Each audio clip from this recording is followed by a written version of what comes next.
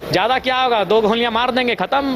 गुरुजी चले गए, निर्मल दा चले गए, विनोद बाबू चले। दोस्तों, कल 24 अगस्त को डुमरी के विधायक टाइगर जयराम महतो जी का पतरातू में जो जनसभा होने जा रहा है, उसको लेकर के पूरी तैयारी तो की जा चुकी है। भले ही झमाझम बारिश हो रही हो, लेकिन टाइगर जयराम महतो जी का कार्यक्रम को स्थगित नहीं किया गया है। और कल जो पतरातू के पीटीपीएस अंबेडकर मैदान में टाइगर जयराम महतो जी का जो जनसभा होने जा रहा है, उसको लेकर के पूरी तैयारी हो चुकी है। और टाइगर जयराम महतो जी कल 12 से 12:30 बजे के बीच में पहुंच रहे हैं। लेकिन खबर सबसे बड़ी यह नहीं है, सबसे बड़ी खबर यह है कि उस जनसभा में टाइगर जयराम महतो जी के जान को खतरा भी हो सकता है। अब मैं ऐसा क्यों कह रहा हूं, तो मैं इस वीडियो में आपको आगे बताऊंगा कि उस जनसभा में टाइगर जयराम महतो के जान को खतरा कैसे है।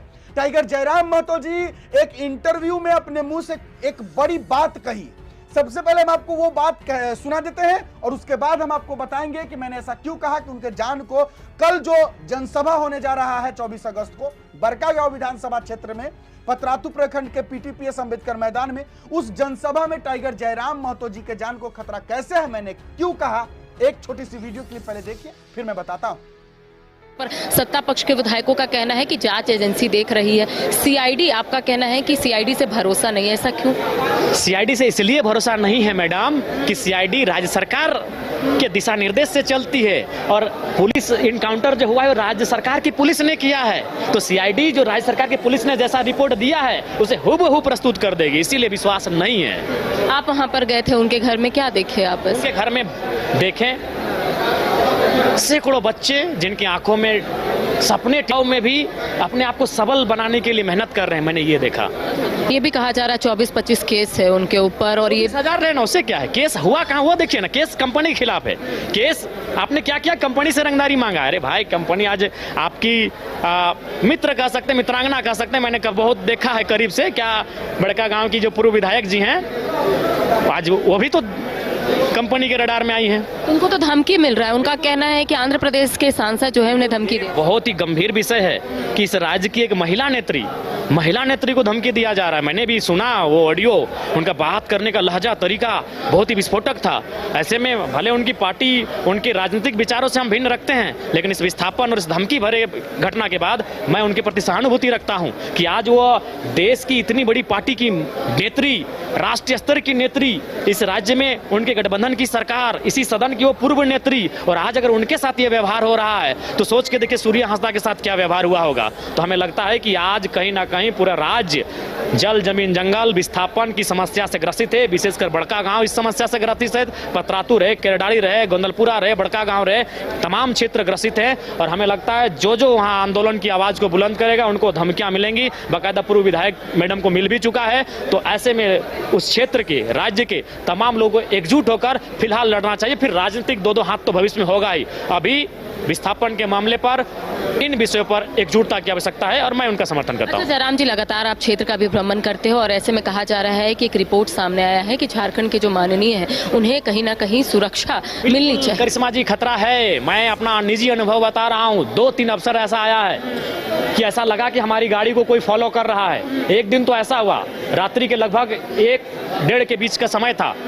हम लोग जा रहे थे, वो गाड़ी ब्लैक गाड़ी थी, काफी तेज से हमें ओवरटेक करके पार हुई। तो हमें लगा कि भाई अगर ये जान पहचान या क्षेत्र का आदमी है तो कम से कम वो रुक जाता है, क्योंकि हमें तो मिलने के लिए हर कोई उत्सुक होते हैं। तो फिर हमने भी गाड़ी का स्पीड बढ़ाया, बोला इसको फॉलो किया जाए। तो हम लोग लगातार काफी देर तक हुआ ऐसा, और फिर अचानक जैसे ही हम लोग लगा कि अब इसको रोकें, हम लोग आगे हो गए ओवरटेक करके, वो यूटर्न लेके बहुत पीछे निकल गया। तो जयराम जी को डर लगता है ये सब चीजों से? ज्यादा क्या होगा, 2 गोलियां मार देंगे, खत्म। गुरुजी चले गए, निर्मल दा चले गए, विनोद बाबू चले गए, आप भी, हम भी, सब चले जाएंगे एक दिन। लेकिन इसके हम थोड़ी डर के साए में जिए। हम लोग डर को खत्म करने के लिए राजनीति में आए हैं और डर खत्म करना हमारा मकसद है। क्या कहा टाइगर जयराम महतो जी ने? रात के 1 से 1:30 बजे के बीच में एक ब्लैक स्कॉर्पियो उनके स्कॉर्पियो के पीछे आती है। पीछे आने के बाद उनके गाड़ी को ओवरटेक करती है। ओवरटेक करने के बाद जब टाइगर जयराम महतो जी उस गाड़ी का पीछा करते हैं और उस गाड़ी के आगे जब टाइगर जयराम महतो जी जाते हैं तो वो ब्लैक स्कॉर्पियो वापस यू टर्न लेकर भाग जाती है। अब उस ब्लैक स्कॉर्पियो में कौन था? क्या उस ब्लैक स्कॉर्पियो में टाइगर जयराम महतो के विरोधी या टाइगर जयराम महतो को मारने के लिए, खत्म करने के लिए क्या उसमें लोग नहीं थे? क्या ये सवाल नहीं हो सकता? क्योंकि अगर वैसे लोग नहीं थे तो फिर वो ब्लैक स्कॉर्पियो ओवरटेक क्यों की, और जब टाइगर जयराम महतो उस ब्लैक स्कॉर्पियो को रोकना चाहे तो वो यू टर्न लेकर क्यों भागी? अगर वो सही लोग थे तो टाइगर जयराम महतो जी उस गाड़ी को जब रोके तो वो गाड़ी जो है रुकी क्यों नहीं, उस गाड़ी से लोग बाहर क्यों नहीं निकले? इसका मतलब यह है कि टाइगर जयराम महतो को मारने के लिए या खत्म करने के लिए या कुछ हानि पहुंचाने के लिए जरूर वो लोग टाइगर जयराम महतो का गाड़ी का पीछा कर रहे थे। अब मैंने ऐसा क्यों कहा कि कल 24 अगस्त को जो बरकागांव विधानसभा क्षेत्र के पतरातू प्रखंड के पीटीपीएस अंबेडकर मैदान में जो जनसभा होने जा रहा है उसमें टाइगर जयराम महतो के जान को खतरा कैसे है, टाइगर जयराम महतो को हानि पहुंचाने वाले लोग कैसे वहां हो सकते हैं, तो इस पर हम चर्चा करेंगे। लेकिन उससे पहले एक और बड़ी वीडियो क्लिप जिसमें टाइगर जयराम महतो जी ने अपने पिता के बारे में एक सबसे बड़ी बात कही कि टाइगर जयराम महतो जी के पिताजी स्वर्गीय श्री कृष्णा प्रसाद महतो को माथे पर चोट कब लगा, कैसे लगा, कैसे उनकी मृत्यु हुई, टाइगर जयराम महतो जी बोल रहे हैं, पहला। दूसरा, अगर टाइगर जयराम, मुझे बहुत सारे कमेंट आते हैं कि मैं टाइगर जयराम महतो जी से जुड़ना चाहता हूं, जेएलकेएम से जुड़ना चाहता हूं, कैसे जुड़ूं? तो उसको लेकर के टाइगर जयराम महतो जी बताए हैं कि कैसे जुड़ सकते हैं। और तीसरा, सुदेश महतो जी, हाँ आजसू के सुप्रीमो कहिए, उन पर टाइगर जयराम महतो जी का बड़ा बयान। पहले यह सुनिए और उसके बाद हम आपको बताएंगे कि टाइगर जयराम महतो के जान को खतरा कैसे हो सकता है कल के जनसभा में। सुनिए पहले ये। आप बार बार बयान से विवाद में या सुर्खियों में आते रहते हैं, इसकी वजह क्या है? सच बोलते हैं, स्पष्ट बोलते हैं, मुखर बोलते हैं, साफ साफ बोलते हैं। आज के डेट में सच सुनना पसंद नहीं किसी को, मुखरता पसंद नहीं किसी को। जो मुखर होगा उसे दबा दिया जाएगा, दफना दिया जाएगा। यही तो चरित्र रहा है राजनीति का। देखिए, मैं ये चाहता हूँ कि आपके से जुड़ने के लिए बहुत से युवा चाहते हैं, लेकिन वो जयराम महतो की पार्टी में कैसे जुड़े उनको समझ में नहीं आता। देखिए, उनके लिए हमारा जिला कार्यालय है, जिला अध्यक्ष है, उनसे संपर्क करें और बिल्कुल वह हर एक समय अनुसार हमारा जिलावार जिला कार्यक्रम होता है, उस कार्यक्रम में आकर वह हमसे सीधा संपर्क करके जुड़ रहे हैं। जयराम जी, ये भी बताइए कि आप रॉबिन हुड बनने की कोशिश करते हैं, ऐसा कहा जाता है कि आप रॉबिन हुड का छवि कोशिश नहीं करते। अगर किसी व्यक्ति ने अच्छा किया और उसका अगर नाम है तो ऐसा थोड़ी कि कोई हर दौर में कोई कुछ नया हो, कुछ चीज़ों को आपको दोहराया जाना चाहिए। तो हो सके अगर उस व्यक्ति ने कुछ अच्छा किया, मैं तो नहीं जानता हूं, और मैं अगर ऐसा कर रहा हूं कुछ जिससे लोगों को लगता है, तो मुझे कोई ऐसा इत्तेफाक नहीं है। लेकिन मैं प्रयास करता हूं कि कुछ अलग करूं और जनता के लिए करूं, इसलिए मेरा ये प्रयास रहता है। बोकारो वाले जगह पे जहाँ इंक्रोचमेंट हटाया जाता, लोग हटा रहे थे, उसमें सरकारी लोग नहीं हट रहे थे, तो आपने आम लोगों को भी बोला कि आप लोग भी कैप्चर करके रहिए। हाँ बिल्कुल, ये गलत बात है, ये सही? गलत है। अगर आप गलत और सही परिस्थितियां देखिए, अगर आप गलत और सही का आकलन करेंगे तो झारखंड राज्य ही संघर्ष और मतलब लड़ाई झगड़े से मिला है, तब तो लड़ाई झगड़ा का समर्थन नहीं करना चाहिए संवैधानिक देश में। हम लड़ के लिए हैं राज भाई, गोली खाए हैं, गोली मारे भी हैं।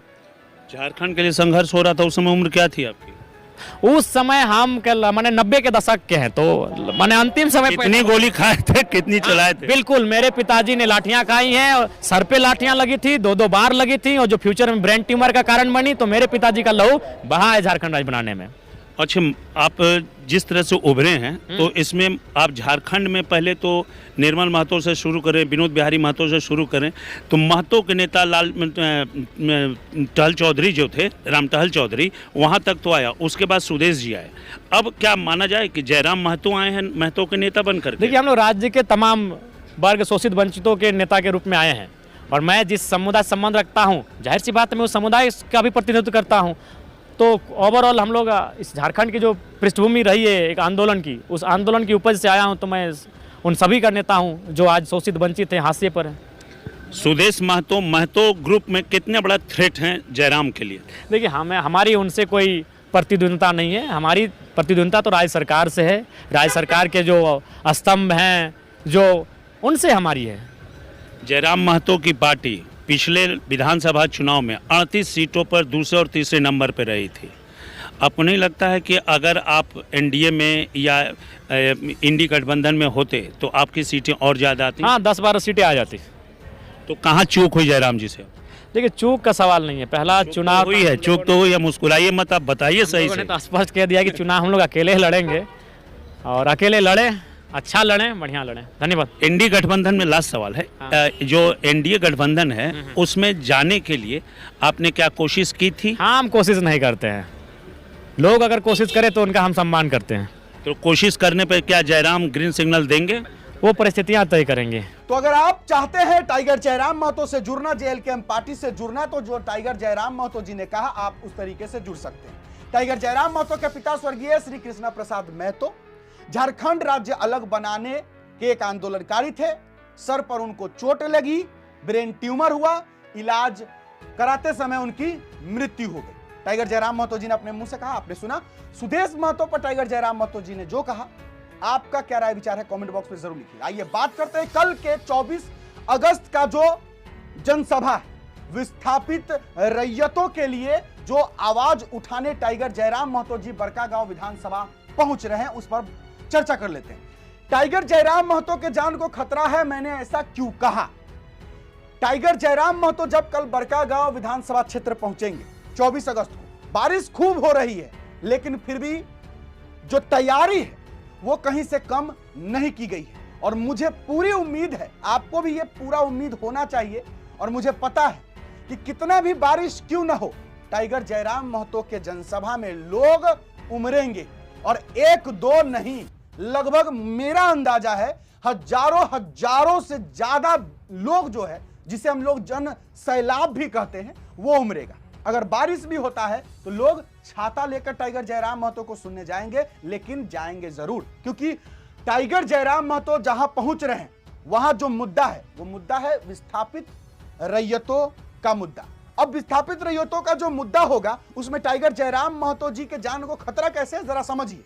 टाइगर जयराम महतो जी जब कल बड़कागांव विधानसभा क्षेत्र पहुंचेंगे और वहां पर जो वो भाषण देंगे और वहां पर वो जिनका विरोध करेंगे वो होगी कंपनियां। वो कंपनियां जो रैयतों का जमीन लेती है, जमीन लेकर अपना कंपनी बनाती है, और जिसका जमीन होता है ना उसको उचित मुआवजा देती है और ना ही उनके किसी भी परिवार को एक उचित नियोजन देती है, नौकरी देती है। तो जाहिर सी बात है कि कल टाइगर जयराम महतो जी उस कंपनी के खिलाफ ही बोलेंगे, उन बड़े बड़े पूंजीपतियों के खिलाफ ही बोलेंगे। सूर्या हासदा का एनकाउंटर कैसे हुआ? सूर्या हासदा पर जो आरोप लगा कि रंगदारी मांगते थे, रंगदारी वो किससे मांगते थे? रंगदारी मांगते थे वो कंपनियों से। अब उन कंपनियों से वो रंगदारी जो बात है, ये रंगदारी सूर्या हासदा अकेला नहीं मांगते थे। जैसा कि टाइगर जयराम महतो जी ने बोला है कि 90% ऐसे नेता, मंत्री, विधायक, सांसद या जो माननीय लोग हैं वो सभी के सभी कंपनियों से रंगदारी लेते हैं। तो क्या इसका मतलब यह है कि सभी का एनकाउंटर कर दिया जाए?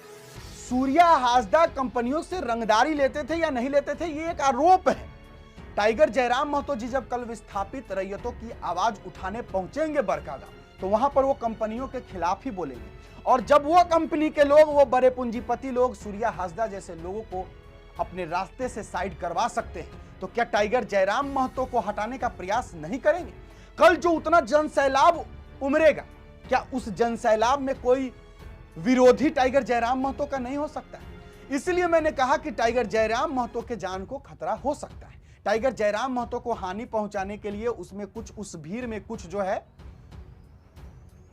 उल्टा सब निकल रहा है, लेकिन कुछ उस तरीके के जो लोग होंगे जिनको हम लोग दो कहते हैं, उस तरीके के लोग हो सकते हैं उस जनसभा में होंगे। लेकिन टाइगर जयराम महतो की सुरक्षा का ख्याल अगर किसी को रखना है तो जो आयोजन करता है, जो उस कार्यक्रम का आयोजन कर रहे हैं, टाइगर जयराम महतो के इर्द गिर्द जो उनके साथी होंगे, टाइगर जयराम महतो को सुनने आए जो उनके अपने समर्थक लोग होंगे, उनके चाहने वाले लोग होंगे, उनको मुस्तैद रहना होगा।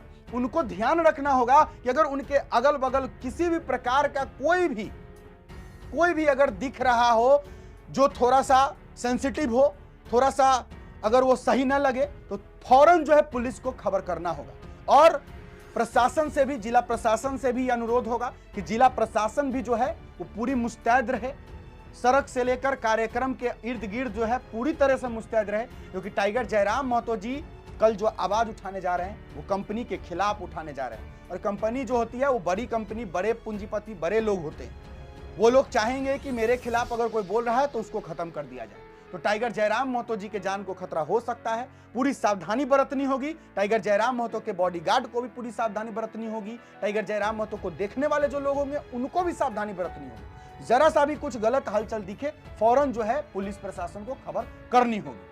बाकी मैंने जो भी कहा, सही कहा, गलत कहा, कमेंट बॉक्स में जरूर लिखिएगा। फिलहाल अभी के लिए इतना ही है, इजाजत दीजिए मुझे। मेरा नाम बिट्टू सिंह है, आप इस वीडियो को मिस्टर बिट्टू पर देख रहे होंगे। जोहार, जय हिंद।